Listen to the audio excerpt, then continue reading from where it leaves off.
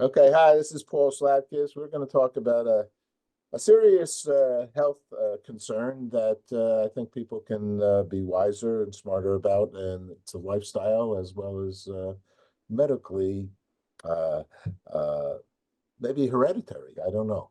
We're going to learn raising awareness of an often undiagnosed heart disease during the Heart Month of February. And we have a patient actually and a doctor, so we're very lucky here. We'll start with the patient who's very brave. I believe you're a patient, Stephanie. I Uh, am. okay, Yes. well, you're very brave, and thank you very much for coming out and speaking with us. And Dr. William Crowder is a board certified cardiologist and Jackson Heart. And he knows how to treat HCM. What is HCM, doctor? So HCM is a condition where the heart muscle becomes thick. The thick heart muscle occurs at the area inside the left ventricle where blood is trying to get ejected to the body, and so that thick heart muscle can cause an obstruction to that blood flow. You know, traditionally we think of heart failure as being a weak heart muscle, but in this case the muscle is strong and thick and actually is causing the problem. And so when that pressure builds up and you have fluid that can build up on your in your lungs, then you have those symptoms of, shortness of breath, exertional intolerance, chest pain and pressure, heart racing. All of these things can lead to even passing out spells or syncope. All of those can be associated with this condition. And how does this occur? Or is this hereditary, as I mentioned? Or how does somebody, you know, have this unfortunate situation happen to them? Sure. So, the prevalence is about 1 in 400 to 500 individuals. The cause of it can be varied. Most of the time, we can find a genetic component to this. So there is that hereditary component to the condition.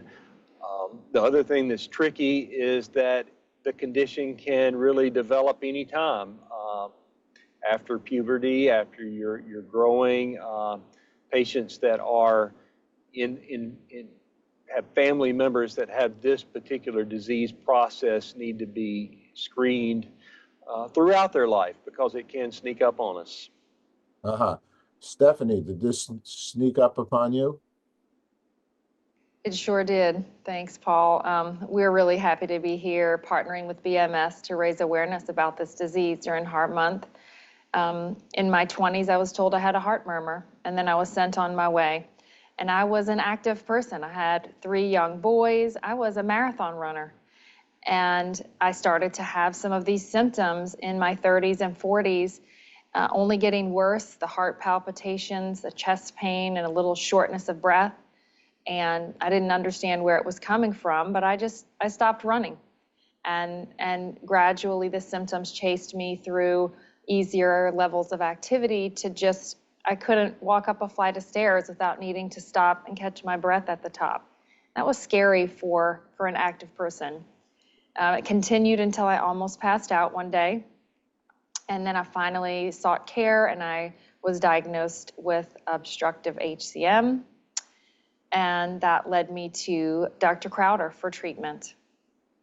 Well, I got to ask you, Stephanie. I mean, you said the word finally. I mean, I don't know when I stub my toe, I go to a doctor. How come, I mean, you're a physically minded person. Did you wait too long? If you don't mind me asking, I didn't wait too long. I did mention these symptoms throughout the years, but I was such an active person. I really didn't want to be told that something was wrong with me. yeah. I just kind of was under the impression that I wasn't training hard enough, and maybe this was my fault that these symptoms were happening to me. Okay, well, that's once again, a very brave woman, because there's a lot of people who don't, I don't want to say don't take care of their health, but don't recognize their health scenarios. And lots of the viewers out there don't even take an annual checkup. So there's some concern. Right. Did you take annual checkups? Do you take annual? I did. I did. Yes, sir. I did. I took annual checkups. And again, like Dr. Crowder alluded to, because my symptoms only at that time were when I was exerting myself, and I seemed to be a otherwise healthy person, these things were just kind of passed off or directed back to that you just have a heart murmur, you have a little bit of problem with your heart valve, and it wasn't all the pieces of the puzzle weren't put together until I almost passed out, and that was in July of 2022. So I'm glad I found out. Yeah, I'm glad you found out too. Uh, Dr. Crowder, let me ask you, I mean, is this uh, annual checkup? Somebody checks, their cholesterol. What are some of the things that people check, or what are some of the things that they should be checking Right. when they do get a checkup?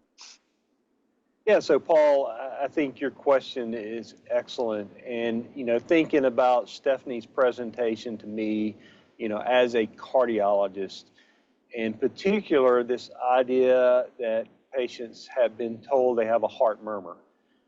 And so, yes, you're right, annual checkups involve lab work, but also involve a physical exam. And so physical exam, stethoscope, listening to heart and lungs, the complete deal, you should be able to detect a murmur, and a murmur is a sound we hear of flow of blood through the heart. And so it can be a clue to an underlying heart condition, and it can be a clue to obstructive HCM. And so Stephanie, again, classic case, adult with symptomatic HCM, and come in to see how we're going to treat this. And traditionally, treatments involved medicines, but also involved, more so in the past, surgical interventions, invasive interventions.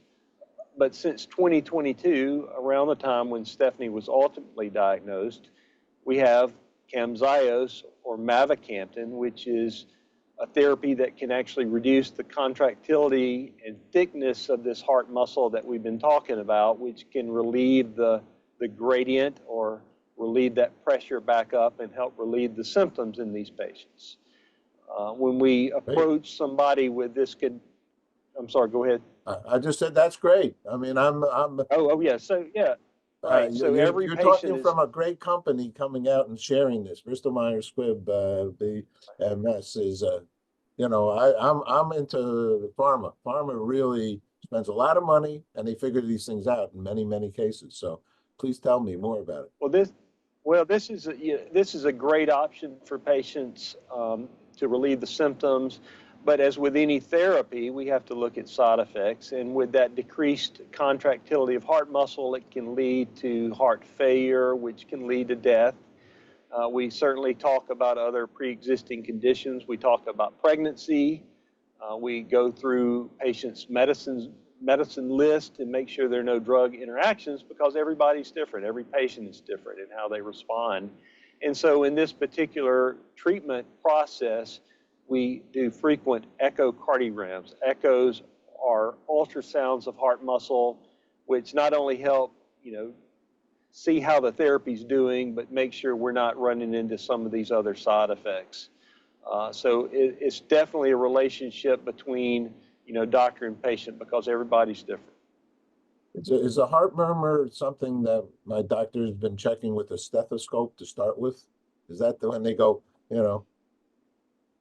It should be. So when we put the stethoscope on the chest, especially on the front part of the chest, we're listening for heart sounds. And normal heart examination, you're not supposed to have a murmur.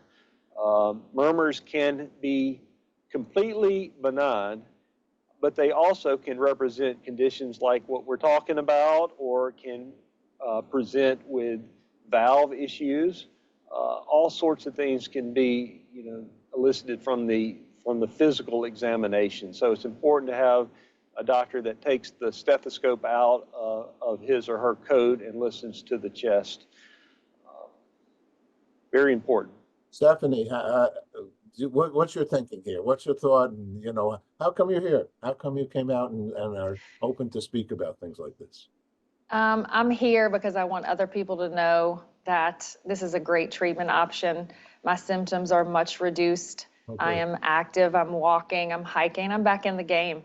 And Okay. just really excited to ask people to speak to their doctor if they're having these issues, or go to camzyos.com for more information. And we just thank you so much, Paul, for taking your time with us today and letting us be here. And thank you both very much. Very important information. Take care and stay well. Thank you. Thank you. Thank you. Thank you, Yes. Paul.